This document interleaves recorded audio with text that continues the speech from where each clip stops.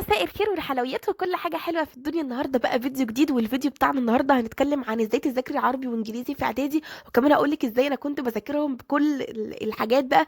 كل حاجة تخص المادتين دول هكلمك فيهم بكل الفروع بتاعتهم وكل حاجة هنتكلم فيها النهاردة في الفيديو ده. فعايزاكي كده تحطي لايك حلو للفيديو الجميل ده، واشتركي معانا من كلمة اشتراك اللي تحت الفيديو وفعلي الجرس عشان تتابعيني على طول اول باول.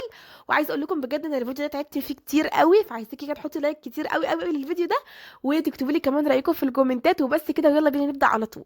عايزه اقول لكم بقى ان الكتب اللي انا هستخدمها في الفيديو دي الكتب بتاعت اختي، علشان انا بقى اعدادي، فانا استخدمت بقى الكتب بتاعتها عشان يعني طلبتوا مني كتير قوي ازاي تذاكر العربي في اعدادي وازاي نذاكر كل المواد، فانا عامله لكم سلسله فيديوهات لكل المواد بتاعت اعدادي، وهنخلصها بعد كده نبدا في سلسله فيديوهات المواد بتاعت الثانوي.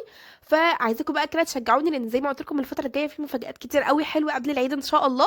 فعايزاكم بقى تتابعوا كده الفتره الجايه، هعمل لكم بقى كل المواد بتاعت الاعدادي والثانوي.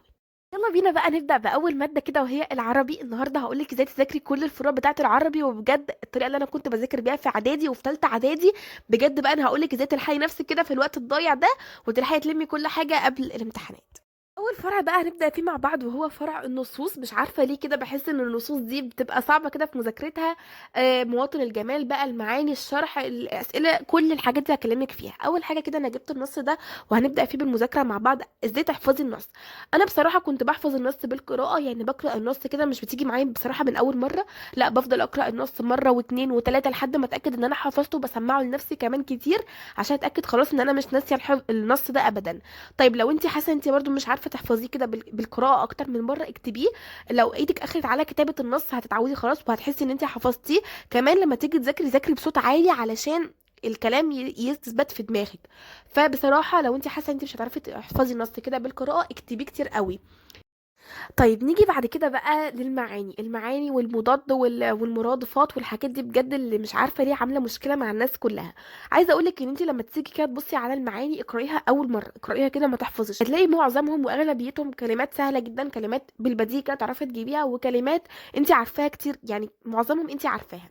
فانت هتقرايهم كده عادي مره واحده، وبعد كده تبداي بقى ان انت تحفظي فيهم. لازم تحفظيهم كويس جدا جدا جدا، لان المعاني دي يعني بتيجي على طول بعد كل نص كده يقول معنى دي مضاد دي، فانت هتلاقي كتير قوي انت حافظاه، وهتلاقي بس قليل قوي اللي انت مش حافظاه، فده بقى اللي انت هتبداي انت تتكي على نفسك فيه وتحفظي كده. بقى الشرح لو انت حافظه البيت وفاهماه كويس قوي، هتقدري ان انت تشرحيه باي طريقه وباسلوبك.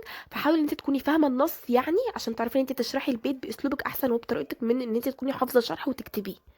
بعد كده بقى مواطن الجمال، اللي بجد كانت صعبة كتير قوي عليا في البداية، بس لما بقيت ان انا بحفظها بالكتابة سهلت معايا كتير قوي، بقيت خلاص انا يعني ممكن احفظها بدماغي بعد كده، بس في البداية انا كنت بحفظها بالكتابة عشان تثبت في دماغي قوي.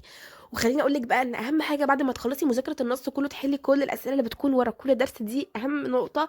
ولازم تعملي كده بقى في قراءة، نصوص، قصة، اي حاجة لازم تحلي الاسئلة اللي بتكون ورا كل درس. بعد كده بقى يلا بينا نذاكر القراءة، وهقولك انا ازاي بذاكر القراءة. اول حاجة بجيب الدرس كده وبقرأه كله من اوله لاخره. بقرأه كده يعني انا بقرأ قراءة عادية، انا ممكن اكون مثلا مش بذاكر، انا كده بقرأ كأنك بتقرأي قصة، بتقرأي بوست مثلا، اي حاجة بتقرأي كده من الاول للاخر. تمام. خلاص قرأنا مرة، بعد كده بقى نقرأ بالتفصيل كل فقرة. هتمسكي كده كل فقرة بقى تقرأيها بالتفصيل، هتلاقي بعد كل فقرة كده سؤال لازم تدوري على اجابته من الفقرة دي. يعني انت هتشوفي كده سؤال بيكون تحت كل فقرة او فوق كل فقرة، وتطلعي الاجابه بتاعته من جوه الفقره. بجد لو بداتي ان انت تشرحي لنفسك كل فقره كده بالتفصيل، كل جزء في الدرس كده، هتلاقي ان انت في نهايه بعد ما خلصتي كل الفقرات هتلاقي ان انت. بعد كده بقى يلا بينا نذاكر القراءة، وهقولك أنا إزاي بذاكر القراءة. أول حاجة بجيب الدرس كده وبقرأه كله من أوله لآخره. بقرأه كده يعني أنا بقرأ قراءة عادية، أنا ممكن أكون مثلا مش بذاكر، أنا كده بقرأ كأنك بتقرأي قصة، بتقرأي بوست مثلا، أي حاجة بتقرأي كده من الأول في الدرس كده. هتلاقي إن أنت في نهاية بعد ما خلصتي كل الفقرات هتلاقي إن أنت الدرس كله جوه دماغك، انت فهمتيه مش حافظاه، انت فاهماه.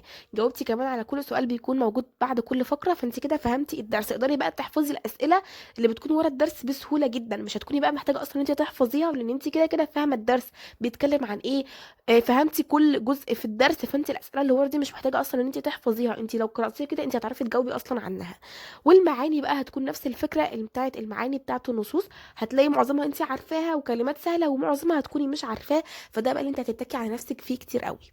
نيجي بقى لاهم جزء معانا في ماده العربي كله، وهو جزء النحو. بجد لو انت مش متاسسه في النحو، حاولي انك تاسسي نفسك من دلوقتي وانت في اعدادي، لانه بجد هيساعدك كتير قوي في ثانوي.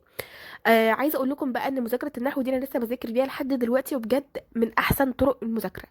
اول حاجه كده انا بجيب الدرس عادي جدا، وببدا ان انا اكتبه بطريقتي انا في ورقه خارجيه او بشرحه لنفسي. يعني بعتبر ان انا كده دي سبوره وبشرح لنفسي عليها عشان المعلومات تدخل في دماغي بالكتابه. بصراحه دي طريقه مذاكرتي لحد دلوقتي، لحد الان دي طريقه مذاكرتي بالكتابه، لان هي بجد من احسن الطرق. فانا بشرح لنفسي كده القاعده بتاعه النحو او بتاعه الدرس ده، ببدا ان انا اكتبها وبشرحها لنفسي. بكتب مثال، بعرف بايدي كده، بكتب الاعراب بتاع كل حاجه. وبعد كده بقى بشوف امثله محلوله قدامي في الدرس ذات نفسه، امثله محلوله. الاعراب بيكون موجود ازاي، دي كده محلها الاعرابي ايه، وهكذا. فانت بقى بتشوفي من الدرس وبتكتبي انت بخط ايدك كده، اكتبي كتير. عايزه اقول لك حلي قطع نحو كتير قوي قوي. انا كنت في اعدادي بجد بحل كل اسئله القطع النحو اللي بتكون موجوده في المحافظات، اللي هي بتكون الامتحانات المحافظات دي. كنت عشان اكون متاسسه كده في النحو، كنت بجيب كده اسئله النحو بس من كل المحافظات بحلها. يعني هما لو 30 محافظه كنت بحل 30 قطعه نحو بس. بعيدا بقى ان انا ما بحلش امتحان كامل، يعني انا لما بكون بذاكر نحو بحل كده كل قطع النحو، وبعد كده لما اذاكر قراءه احل كل اسئله القراءه. اليوم اللي هذاكر فيه نصوص احل كل اسئله النصوص اللي في المحافظات كلها. بس الطريقه دي بقى انا كنت بعملها للحل، يعني ايام الامتحانات وايام المراجعه كده اللي بتكون قبل الامتحانات دي، كنت بذاكر وبحل بالطريقه دي بصراحه. فعايزه اقول لكم بجد ان النحو لو انت ذاكرتيه بالطريقه ديت، حليتي كتير قوي، ضربتي نفسك على الحل، مش هتحسي ان النحو ده عقده بالنسبه لك، ولا انت مش عارفه تحلي نحو ولا كده خالص. بس حاولي تاسسي نفسك، ولو حاسه ان انت مش مظبطه قوي في النحو، شوفي يعني على اليوتيوب كده شرح للنحو بتاعك. وعايزه اقول لكم انا سايبه لكم في اول تعليق مثبت وفي صندوق الوصف قناه الخطه التعليمي للاعدادي، بجد شرحها حلو جدا لكل المواد، هتلاقي فيها مدرسين كتير قوي قوي قوي. فانا سايبه لكم اللينك بتاعها، روحي شوفيها. هي لتالتة اعدادي بس، مخصصه لتالتة اعدادي بس، بجد فيها مدرسين لكل المواد وهتساعدك كتير قوي بجد. يجي بقى الاخر فرع في العربي، وهو القصه. بجد القصه من اسهل الحاجات اللي ممكن تذاكريها، انت بس لو عارفه الاحداث وعارفه الشخصيات وعارفه القصه كده احداثها بتدور عن ايه، هتعرفي تحلي اي سؤال فيها. بس طبعا لازم تقراي كل فقره زي القراءه بالظبط. انا بحس ان مذاكره القصه شبه مذاكره القراءه بالظبط، زائد ان انت لازم تكوني عارفه لو في تواريخ لازم تعلمي عليها كويس، لو في احداث، لو في شخصيات مهمه، لو كل شخص كده شخصيه تكتبي قدامها الاحداث بتاعتها او الاعمال اللي هو عملها، لان دي الحاجات اللي بتتسال عليها كتير قوي في القصه. فمذاكره القصه مش هتتعبك خالص بجد. يلا بقى نبدأ بمذاكرة الإنجليزي بعد كده. هقولك بقى ازاي تذاكري الإنجليزي، وخليني أقولك إن مذاكرة الإنجليزي ديت مش بس للإعدادي، هي إعدادي وثانوي على فكرة. نفس طريقة مذاكرة الإنجليزي اللي أنا كنت بذاكرها بإعدادي، هي اللي أنا بذاكرها دلوقتي. بجد ما بحسش خالص إن الإنجليزي مادة صعبة. وعايزة أقولك إن طريقتي دي اللي خلتني أقفل الإنجليزي في تالتة إعدادي، فتابعي معايا كويس قوي. وخليني أقولك ازاي بقى تحفظي الكلمات. أول حاجة كده أنت هتقرأي الكلمات كلها. انا بقرا الكلمات كلها كده، لان هتلاقي كلمات كتير جدا، هي الكلمات هتلاقيها كتير قوي على فكره، بس هتلاقي كتير قوي بقى انت عارفاه، وكلمات فدي انت هتحفظيها. بس لما تلاقي الكلمات كده، في كلمات انت عارفاها، يعني الكلمات كتير قدامك، في كلمات كتير قوي انت عارفاها، وكلمات بس مش عارفاها بس برضو سهله، وفي كلمات منها هتلاقيها صعبه. المهم انت لازم تقراي الكلمات كلها.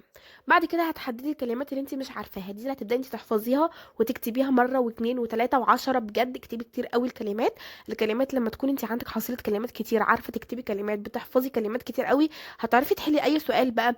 السؤال بتاع الاختياري او السؤال المقالي، اللي هو القطعه الباراجراف، القطعه الخارجيه. فبجد هتعرفي تحلي اي سؤال لو انت حافظه كلمات كتير. فخليني اقولك لازم تحفظي كلمات، لازم تحفظي كلمات كتير. لو انت مثلا مش حاسه ان انت متاسسه قوي في كلمات الانجليزي، خليكي كده كل يوم تخلي ليكي ساعتين تحفظي فيهم كلمات الانجليزي، لان بجد هتساعدك والله بجد الكلمات حتى لما تدخلي ثانوي. كده بقى يلا بينا نتكلم عن الجرامر، وهقولك كمان ازاي تحفظي قواعد الانجليزي بكل سهوله وتحلي اي سؤال على الجرامر. مش هتحسي خالص ان الموضوع صعب معاكي ابدا. اول حاجه كده هتذاكري من الكتاب العادي، وهتشوفي الامثله بتاعت كل قاعده في الانجليزي، هيكون عليها مثال كده، وهتشوفي الاسئله بتكون عامله ازاي. وكمان لو في اسئله اختياري محلوله هتبقى حلوه جدا، وهتديكي نموذج عشان تعرفي ان انت تحلي بعد كده بطريقتك انت لوحدك. بجد ان انت تذاكري من الكتاب دي حاجه حلوه جدا، وبالذات ان في كتب بجد بتكون كويسه قوي زي كتاب المعاصر. انا كنت بذاكر منه على طول في اعدادي، بجد هو كتاب حلو جدا، وحتى في الثانوي هو بصراحه من احسن الكتب. فبيكون ملخص كده كل حاجه، كل حاجه بتكون منظمه فيه. فبجد لو هتذاكري من الكتاب هيبقى حلو جدا. بعد كده بقى عايزه اقول لك ان الملخصات في الانجليزي ديت حاجه عظيمه جدا جدا جدا. هتسهل عليكي كتير قوي، قواعد الانجليزي كتير ومليانه. عندك بقى المستقبل، المضارع المستمر، المضارع التام، كل حاجه من دي لو لخصتيها كده في ورقتين مع بعض وبداتي انت تراجعي منهم وتذاكري منهم، بجد هيساعدوكي كتير قوي في الحل وفي الاسئله. عايزه اقول لكم ان الملخصات ديت معايا من اعدادي تقريبا، ماما اللي كانت عاملاها لي، بجد كنت بذاكر منها وكنت حافظه كل قواعد الانجليزي، فدي الطريقه اللي خلتني ان انا اقفل الانجليزي في الامتحان. كنت عارفه كل قواعد الانجليزي، كنت حافظه كلمات انجليزي كتير جدا جدا، وكنت طول الوقت بدرب نفسي ان انا احل باراجراف بايدي. ما بحبش ان انا اروح اتفاجئ بيه في الامتحان، لا انا بدرب نفسي ان انا احل كذا مثال. وكنت بصراحه ساعات كمان بحفظ باراجرافات، بس مش بنصح قوي بالطريقه دي عشان هيكون احسن بكتير لو انت كتبتي بدماغك وبطريقتك انت. بس كده دي كانت كل النصايح وكل الحاجات اللي بجد تخص المادتين دول، العربي والانجليزي، ازاي كنت بذاكر في الاعدادي. وبجد بجد الطرق دي ساعدتني كتير قوي، حتى ساعدتني دلوقتي في ثانوي عام. فانصحكم بجد ان انتوا تمشوا على الطريقه دي. لو حد برضه عنده طريقه تانية بيذاكر بيها، يا ريت تقولوا لنا عليها في الكومنتات عشان كلنا نستفيد من بعض وكلنا نشجع من بعض. عايزاكي على طول بعد الفيديو ده تقومي بقى، لو انت لسه مش مظبطه مادتين العربي والانجليزي ابدأي فيهم على طول كده وذاكري. وعايزاكم بقى تستنوا الفيديو الجاي وتتوقعوا الفيديو الجاي هيكون عن مادتين ايه.